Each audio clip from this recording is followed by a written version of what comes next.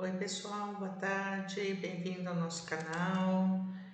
Vou ver se eu consigo ativar o chat hoje junto com a apresentação.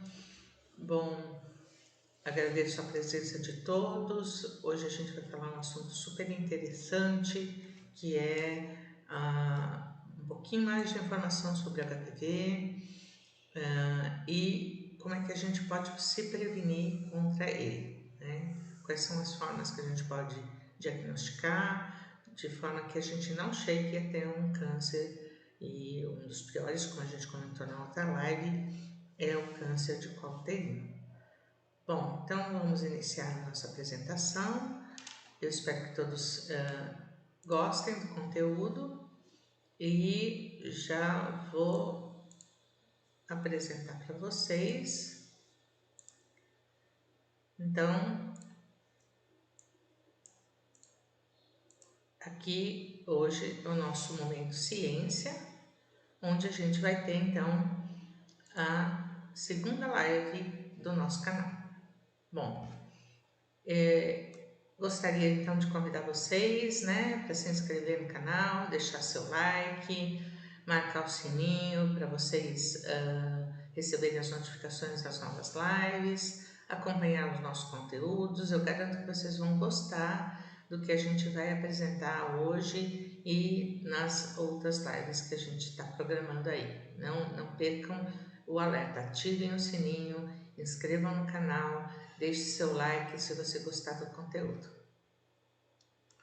Bom, ainda vou fazer um convite, né? Nós trabalhamos também nas redes sociais, fazendo a mesma atividade, que é levar conhecimento sobre HPV, sobre vacinas, nas nossas redes sociais.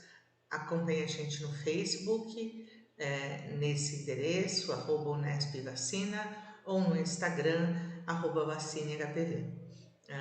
Vocês vão ver que existem conteúdos muito bons e que vocês vão curtir conhecimentos de fácil entendimento e bastante atuais sobre o assunto. Bom, então nós vamos falar hoje sobre os HPVs especificamente genitais. Aqui, de novo, é aquela imagem que a gente já tinha mostrado na live anterior, né, de como é o aspecto do HPV na microscopia eletrônica, né? Então, ele é um vírus que tem uma série de proteínas num formato icosaédrico e a gente vai falar disso em outras lives posteriores, como é que ele é, como é que se constrói essa partícula viral, né? Como é que a gente entra em contato com ela. Bom, então eu vou relembrar um pouquinho da live anterior para a gente começar a esquentar o assunto de hoje. Então, na live da semana passada, né, nós mostramos para vocês que, sem dúvida nenhuma, o HPV é o câncer de maior frequência, ou seja, de maior incidência. Falamos de incidência e mortalidade na outra live. Se você não assistiu e ativou o sininho do canal, vá lá e assista, que está super legal.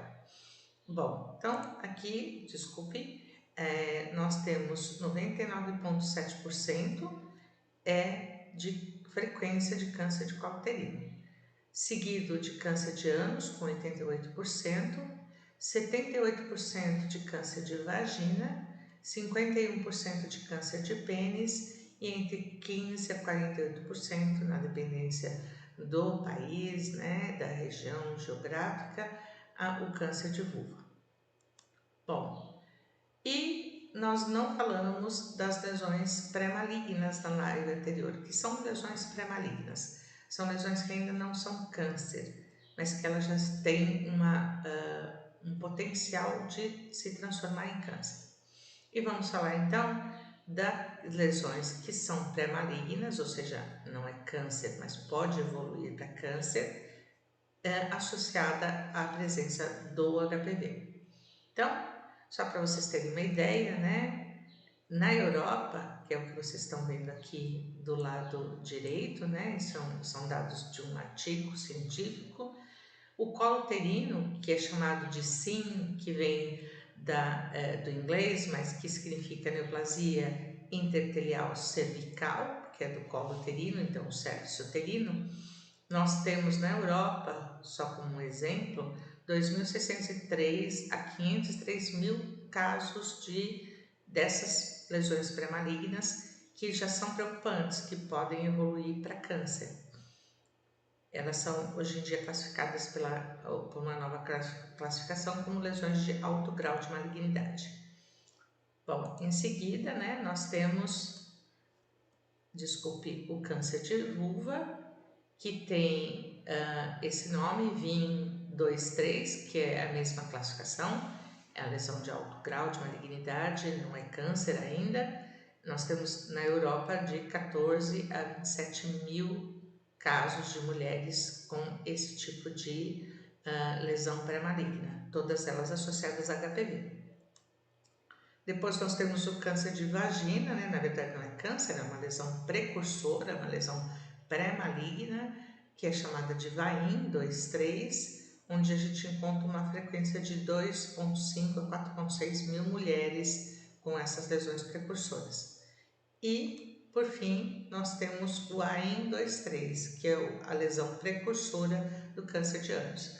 Veja, essas classificações são feitas a partir de um exame chamado Papa Nicolau, que nós vamos abordar hoje, né? Então, é importante a gente entender que essas lesões precursoras já estão numa fase que pode ter aí uma transformação rapidamente para câncer, e é, portanto, importante ressaltar que elas estão associadas ao HPV.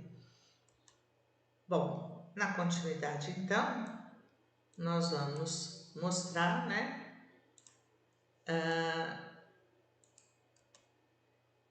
que tipos de vírus a gente encontra na região genital, né? Quais são os tipos mais frequentes? Então, primeiro, são os vírus chamados de baixo risco de malignidade, ou significa o quê? Que ele muito dificilmente vai causar câncer, ele tem um baixo risco. São, portanto, chamados os vírus mais benignos. Desses, os 6 e o 11 são os mais importantes, e a gente tem outros dois, que é o 42, o 43 e o 44, que são menos frequentes e menos associados aos causadores de verrugas genitais, como nós falamos na live anterior, né? As verrugas podem acontecer em vários locais do corpo e geralmente na parte genital elas também são frequentes. Então veja, nós temos 5 tipos, 2 deles muito importantes que causam verrugas. Bom, mas nós também temos os tipos que são de alto risco de malignidade. Dentre eles, o 16 e o 18 são, sem dúvida, os muito agressivos e os muito importantes, porque eles são muito frequentes. E, em especial, o 16, que causa os carcinomas, que são um tipo de câncer bem específico, tanto de pele quanto de mucosa, né, das genitálias ou do colo uterino. E o 18, que causa adenocarcinoma no colo uterino. Mas a gente tem todos esses tipos que são chamados de alto risco de malignidade. São 15 tipos, contando com o 16 e o 18.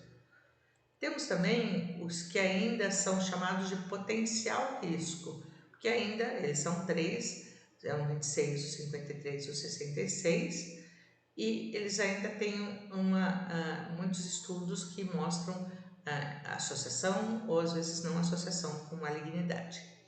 Lembre-se que eu comentei na live anterior que os HPV são mais de 200 tipos e eles são numerados porque eles são vírus diferentes, né? Ele é um vírus DNA com uma sequência diferente. Então, se eu chamo de 26, o 26 é diferente geneticamente do 53, que é diferente do 66, por exemplo. E também a gente tem os chamados indeterminados, ou seja, ainda é preciso se estudar, alguns deles ainda existem evidências, como 84, mas existem outros que ainda não têm evidência de causar câncer nas porções genitais, né, que a gente comentou nos slides anteriores.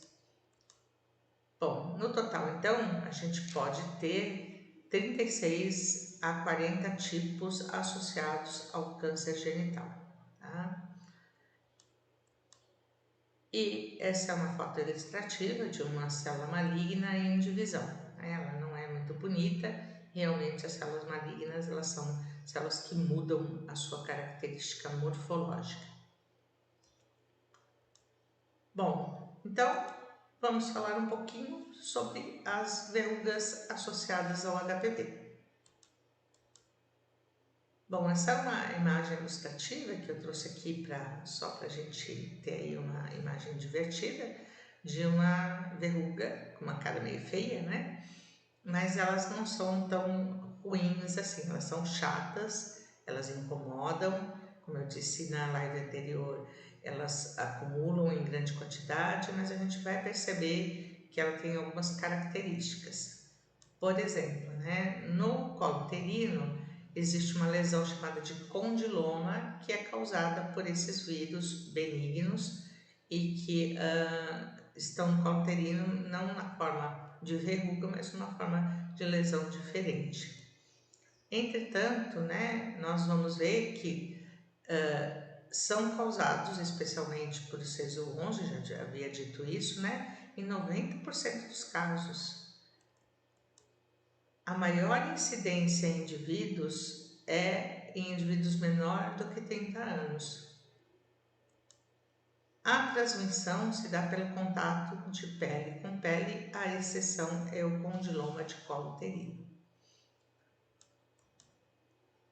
Essas verrugas, elas podem desaparecer em alguns meses em 30%.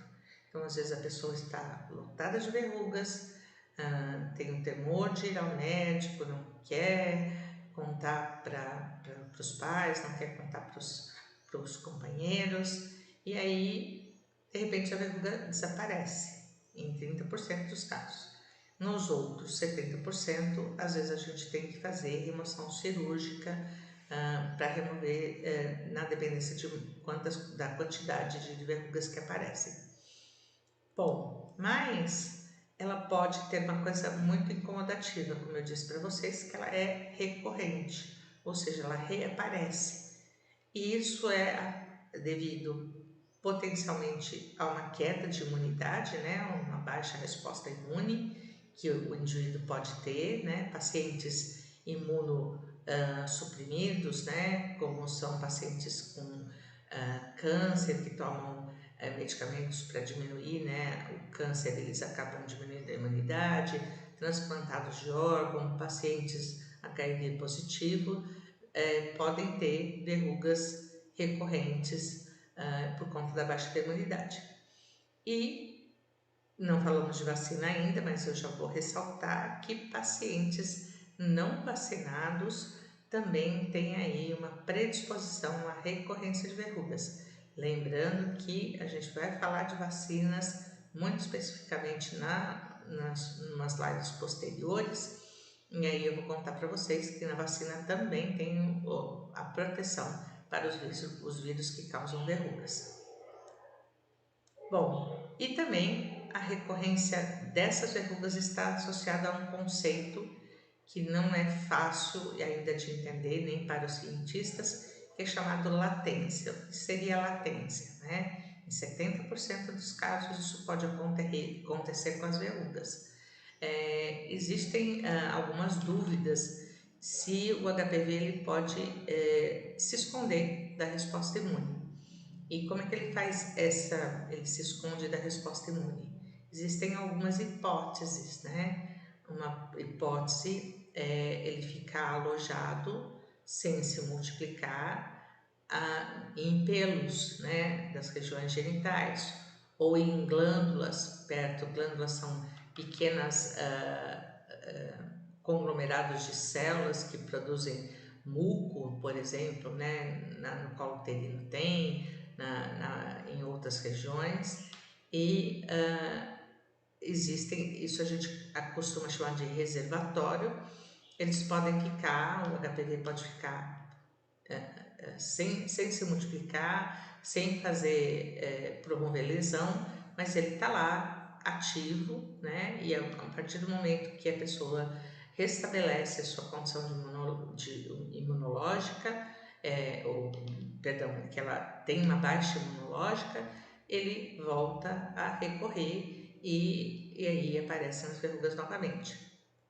Então, a latência é um problema ainda muito complexo para o entendimento de como que o vírus do HPV ele consegue o que a gente chama de subverter o controle da resposta imunológica, que no ser humano é muito efetiva. Bom, então essa é a nossa verruga, só para a gente finalizar essa etapa, né? E vocês ficarem aí com uma imagem de que a verruga é uma coisa, é uma lesão, ela não é agradável, né? Mas ela não é um câncer ainda e nunca será. Bom, e aí a gente vai falar do assunto que é um pouco mais sério, associado com HPV, que é o câncer associado a esse vírus. Bom, nós já dissemos na live anterior que esse vírus ele causa câncer nesses sítios corporais, né? E em especial, nesse caso, esse é um artigo que demonstra que o HPV-16 ele está presente em 100% dos cânceres de colo uterino, 71,4% no ânus, 43,6% na vagina, 22,8% no pênis e 19,4% na vulva. Então, todos esses tumores, né, que acometem essas regiões, são ocasionados ou têm a presença do HPV-16. Por isso que eu disse a vocês que o HPV-16 é o tipo de maior preocupação. E quando a gente for falar de vacina, né, já fiquem preparados, a gente vai falar também o que tem nas vacinas que podem proteger contra o 16. Bom, vamos então falar uma coisa que é importante, né? Porque toda doença viral ela é complexa, né? Então a gente precisa evitar ter a doença, né? Então aquele ditado de que é melhor prevenir do que remediar, ele é muito bem-vindo, porque é melhor a gente prevenir um câncer ou uma verruga que seja, do que a gente ir para uma cirurgia para remover verrugas ou fazer um tratamento tirando um pedaço do seu colo uterino, um pedaço da sua vulva. Veja, é desfigurante, né, fazer isso. Algumas vezes tem que remover partes importantes da vulva que torna a mulher aí incapaz de ter um bom relacionamento sexual. No câncer de cabeça e pescoço ou HPV, nós não estamos muito falando de cabeça e pescoço, mas só para exemplificar, né? As lesões por câncer são desfigurantes, ou seja, o paciente ele perde muito tecido, tem que fazer fonoaudiologia, tem que fazer recuperação para mastigação, enfim. A prevenção sempre é a melhor escolha. Por isso, a gente tem que estabelecer, né, os médicos, os cientistas estabelecem uma estratégia de rastreamento, que significa rastrear, né, eu identificar precocemente se eu tenho HPV, o que seria ideal, né, ou se eu tenho uma lesão pré-maligna, já falamos dela agora há pouquinho, né, que pode evoluir para um câncer. Então, o rastreamento é monitorar mulheres, homens, para ver se aparecem lesões que dá tempo ainda da gente recorrer a uma terapia menos agressiva.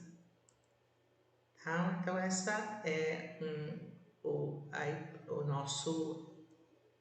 a nossa necessidade de rastrear casos que podem ser potencialmente pré-malignos ou até malignos. Bom, existe uma proposta de uma estratégia de rastreamento chamada de estratégia híbrida ou uma estratégia de modo híbrido. Ela propõe a seguinte estratégia: fazer a testagem molecular. Isso seria ideal, mas no Brasil a gente não consegue fazer isso. Em alguns países isso é feito. Por exemplo, nos Estados Unidos, a partir de 24 anos, as pessoas são testadas do ponto de vista molecular para detectar o vírus. Lembre-se que ele é um vírus DNA, então eu tenho que usar exames moleculares para conseguir ver esse vírus, para amplificar, para enxergar esse vírus. Lembrando que o vírus ele é bem pequenininho, né? 55 nanômetros. E associado a ele, fazer, no caso do câncer de vagina, vulva e colo uterino, o exame de Papai Nicolau, em especial o colo uterino, né? Vagina e vulva, o médico ginecologista ele consegue vulva muito mais fácil, porque ela é externa, então é fácil de perceber lesões. E durante o exame ginecológico é possível ver lesões de vagina, que é o canal que leva até o colo uterino, onde, sem dúvida, o HPV é o mais preocupante, né? A infecção por HPV. Bom, então vamos falar de testes moleculares. Essa é uma live que não pretende, né, dar conteúdos extremamente aprofundados sobre o tema, né? Se vocês quiserem deixar perguntas ou sugestões, né, de aprofundar essa temática de testes moleculares, quais são, como é que se faz, deixem o seu recado aí no canal, nos seus comentários, que a gente pode abordar depois numa próxima live com maior profundidade. O objetivo hoje é apresentar para vocês alguns testes moleculares mais frequentemente realizados para detectar o HPV. Lembrando que o HPV é uma doença silenciosa e se a gente conseguisse testar as pessoas a partir de uma certa idade, né? Os Estados Unidos testa a partir de 24 anos, e a gente conseguisse detectar precocemente o HPV, é possível então acompanhar esse paciente com um ginecologista, né? Ou um urologista, no caso dos homens, para ver se isso não evolui para um câncer, né? Então seria muito mais fácil, né, de não deixar que a doença evolua para o câncer. Bom, continuando então, nós temos um teste que é chamado teste de captura híbrida. Ele usa uma técnica que não é muito simples de explicar, mas que ela usa uma sonda, que é uma espécie de detector, né, que vai ter a sequência parecida com o vírus que você quer detectar, e aí ele dá, existe um equipamento, ele dá a partir de um ensaio automatizado quais os tipos você pode estar contaminado. Para isso precisa de um material da região ginecológica ou perianal, se for o homem, ou peniana, para que eu tenha material celular, ou seja, eu preciso colher, né, raspar aquela região para fazer o teste molecular. Eu preciso ter célula, porque o vírus está dentro da célula, tá? Bom, então esse teste molecular, ele é um teste até desenvolvido no Brasil, né, pela Daetini. Não estou fazendo propaganda da empresa, mas é uma das empresas que foram as pioneiras no lançamento aqui no Brasil da captura híbrida. E que tipos eles detectam, né? As verrugas, né? No caso são 6, os 6 e o 11 os mais importantes, o 42, o 43 e o 44. Ele também detecta 13 tipos de HPVs, que são os de alto risco de malignidade, como a gente já comentou. Sempre lembrando, né, que o 16 e o 18 é muito importante na região genital, mas se vocês olharem esse painel, por exemplo, 31, 33 e 35 é muito frequente em cabeça e pescoço, né, em cavidade oral, em garganta. Então é importante detectar, porque cada tipo pode aparecer ou nas genitálias ou em outras regiões anatômicas do corpo. Bom, aí vocês vão me perguntar, né, quanto é que custa? Eu fiz uma pesquisa rápida, né, e verifiquei que esse exame pode custar entre R$ 80 e R$ 230.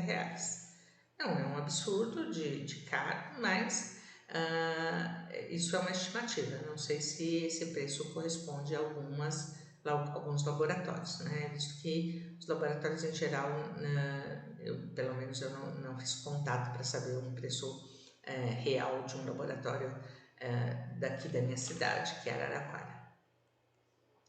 Bom, mas existem vários outros tipos de testes moleculares que usam um instrumento chamado de PCR, que é reação de polimerização em cadeia. Ou seja, se eu quero detectar diferentes tipos de vírus, eu preciso saber, né, como é que é a estrutura desse vírus. E esses testes de PCR, de novo, o que eu vou falar hoje é muito simples, né? Não tem o intuito de aprofundar como é que se executam essas metodologias, mas sim apresentar de que esses são testes que podem, né, detectar, na dependência do método, até 37 tipos. Existe uma técnica chamada de microarranjo linear, que pode detectar 37 tipos. Existem alguns automatizados que detectam 12 só de alto risco. Existem outras técnicas que detectam 24 tipos. Enfim, isso depende muito. Os que detectam até 37 tipos são os chamados de microarranjos lineares ou PCR multiplex, tá? Mas isso é para uma outra live. Se vocês deixarem um comentário que vocês querem se aprofundar nesse assunto, deixem nos comentários que eu terei o maior prazer de fazer esse aprofundamento. Bom, então, de novo, né, o que esses testes conseguem detectar? Os tipos que causam verrugas, de novo aqueles 6 mesmos tipos, reforçando que os mais frequentes que causam verrugas são o 6 e o 11. Os que causam câncer, 16 no caso, esse teste de microarranjo linear, que são esses todos, que eu não vou ler todos para vocês, mas reforçando que o 16 e o 18 são os de maior significado para as regiões genitais. Os tipos que são chamados de potencial risco, que nós já comentamos no início, que são 3, e os tipos indeterminados, que são 9. Seria uma maravilha se o nosso país pudesse fazer esse tipo de metodologia. Este, em especial, não são metodologias baratas. E eu não consegui ter uma informação de um laboratório que faz essa metodologia para dizer para vocês o preço, mas eu prometo que eu vou pesquisar ou pelo menos fazer contato com alguns para ter uma ideia de orçamento. Então fica para uma próxima live para a gente relembrar e voltar nesse assunto de quanto custa. Mas em geral os exames moleculares eles são exames elaborados, com a necessidade de equipamentos não muito baratos e demandam de matéria-prima também, né, importada. O Brasil não consegue produzir com muita frequência insumos, né, que são os materiais, os reagentes que vão aí detectar o vírus, então tudo isso encarece o processo.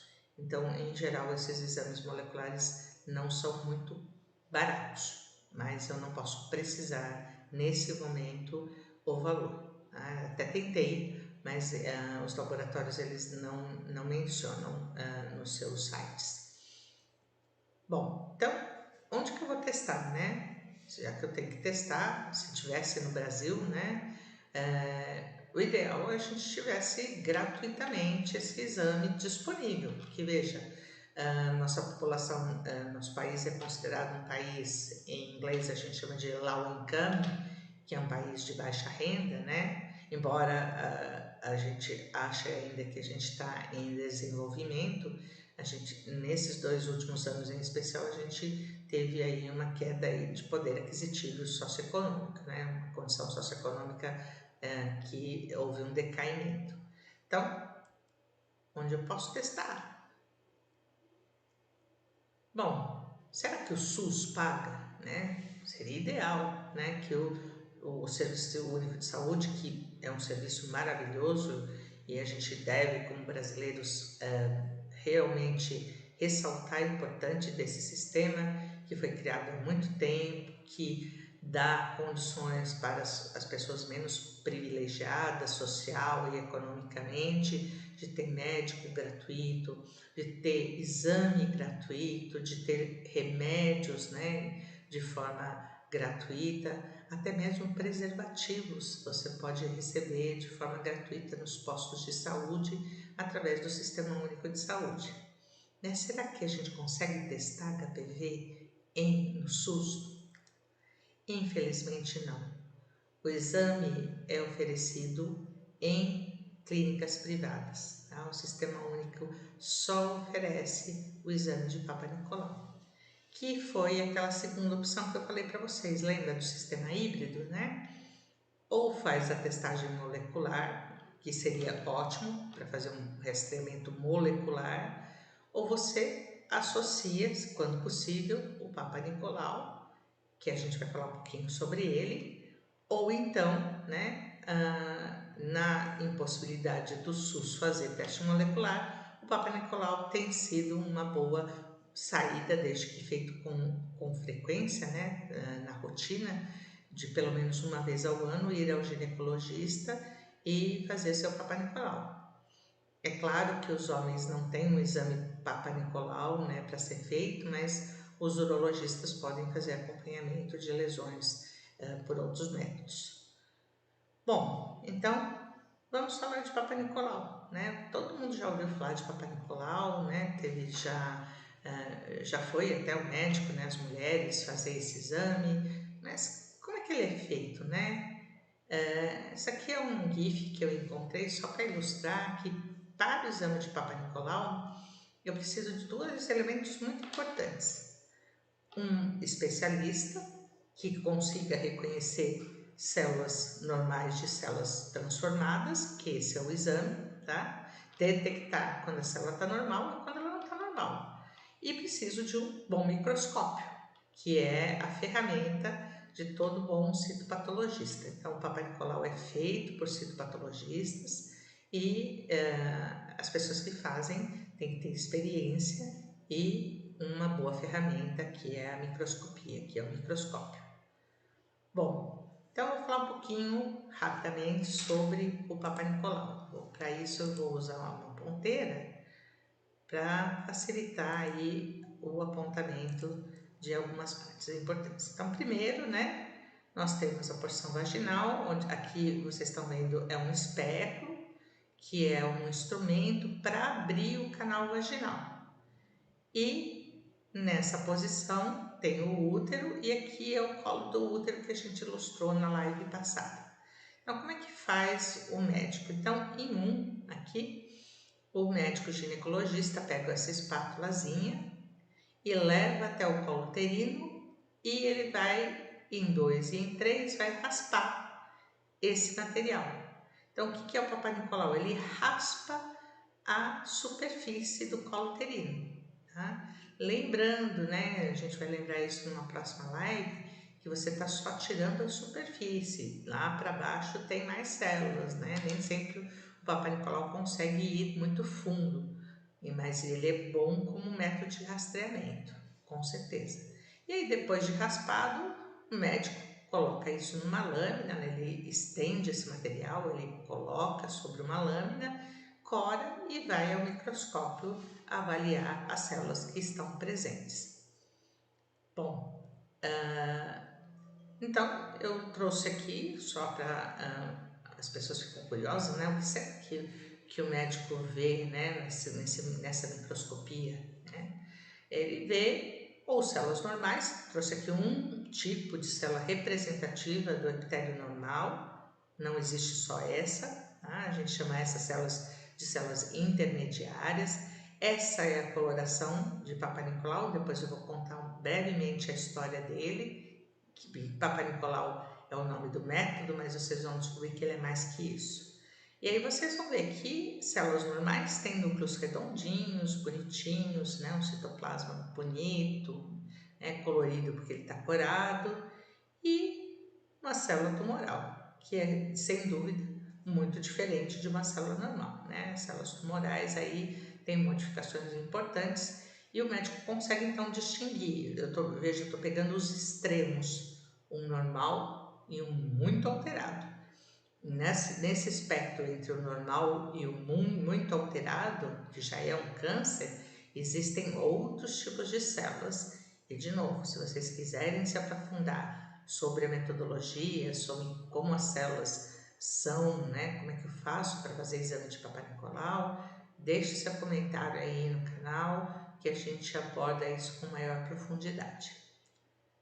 Bom, então eu vou falar um pouquinho, né, de Papa Nicolau. Então, todo mundo associa Papa Nicolau ao exame, mas o Papa Nicolau, o exame, deriva do nome de Jorge Papa Nicolau, que foi um grego que estudou, né, o pioneiro que desenvolveu o método que eu acabei de mostrar para vocês de olhar o raspado das células do colo uterino e verificar se as células estão normais ou se elas estão alteradas.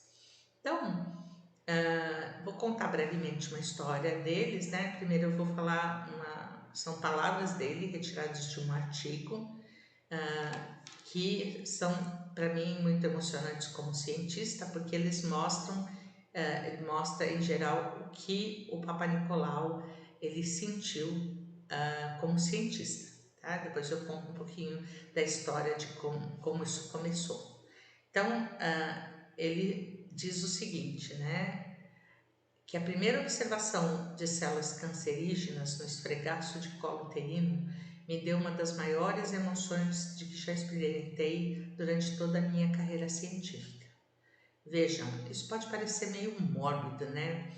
Sentir felicidade em ver uma célula maligna, mas vocês vão entender por que isso foi tão importante historicamente. Então, Papai Nicolau, ele é um grego, né? O nome é meio sugestivo, e ele foi da Grécia depois da Primeira Guerra para os Estados Unidos e foi ser assistente da Universidade de Cornell nos Estados Unidos como médico assistente. E como médico assistente, então, ele começou a fazer experimentos com porquinhos da Índia e percebeu, ele passando por uma loja de espéculos nasais, que são quase iguais aos espéculos vaginais, só que é para colocar no nariz. E ele aproveitou e colheu o material dos porquinhos da Índia fêmea e percebeu que quando mudava o ciclo hormonal desse animalzinho, as células mudavam de forma, de cor, quando ele corava. E aí, naquela época existia muito caso, e ainda existe, né? Vocês sabem disso, mas naquela época era pior, porque não existia como detectar precocemente o câncer.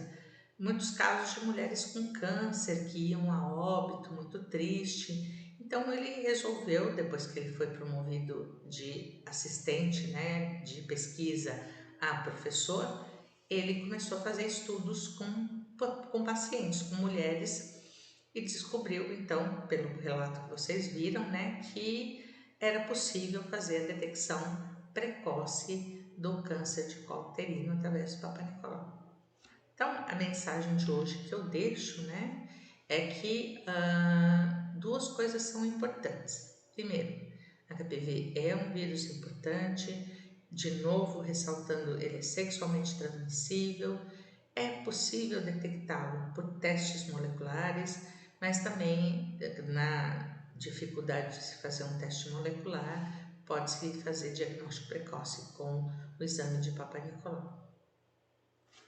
Aqui eu deixo então as referências que foram usadas para essa live, né? São todas referências científicas, de artigos científicos, e como existe um certo delay, né, entre a minha live, porque eu não faço diretamente do YouTube, eu uso um programa chamado de OBS, porque sem ele eu não conseguiria fazer as apresentações desse modo que eu estou fazendo com vocês. Então eu vou esperar uns minutinhos, em geral demora uns 6 a 10 minutos de atraso, né? Para saber se tem perguntas. Eu tenho aí na live uma aluna, de novo, a Ludmila Fidelis, que vai me ajudar. A gente vai ver se tem algumas perguntas. Então, ela vai me avisar quando a live acabar para vocês, tá bom? Enquanto isso, né, eu gostaria de deixar de novo o nosso convite para assistir, né, as nossas lives. Elas vão ser frequentes. Eu tinha programado ser todos os domingos, mas os domingos as pessoas, né, do nosso grupo acharam que é um dia que as pessoas querem descansar, relaxar, ficar com a família, né? E não era um dia muito adequado para todo mundo assistir.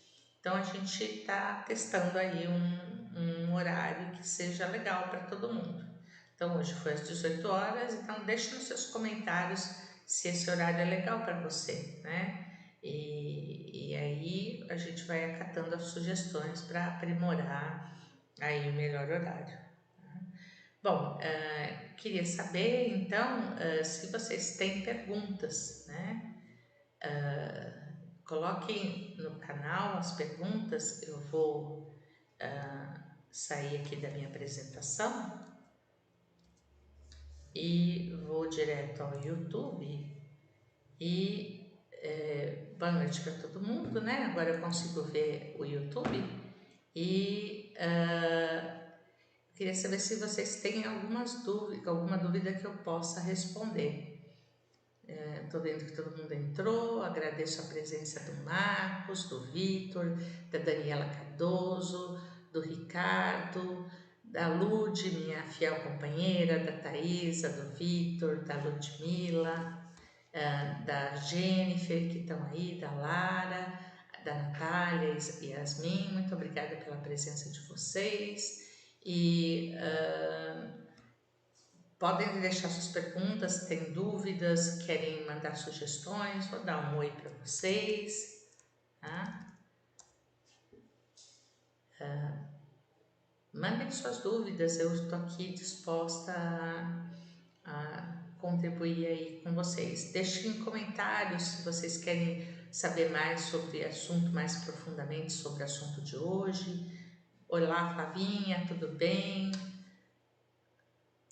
Bianca, muito obrigada por ter vindo. Vou mandar um tchauzinho para vocês aí. Tá? Então, se não tiverem dúvidas, ou se essas pessoas não quiserem fazer dúvidas, deixem no canal o que você quer na próxima live, né?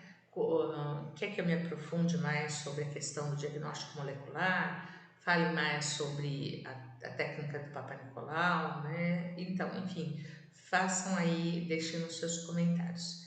Eu agradeço imensamente a presença de todos, né? Vou dar um tchau para vocês.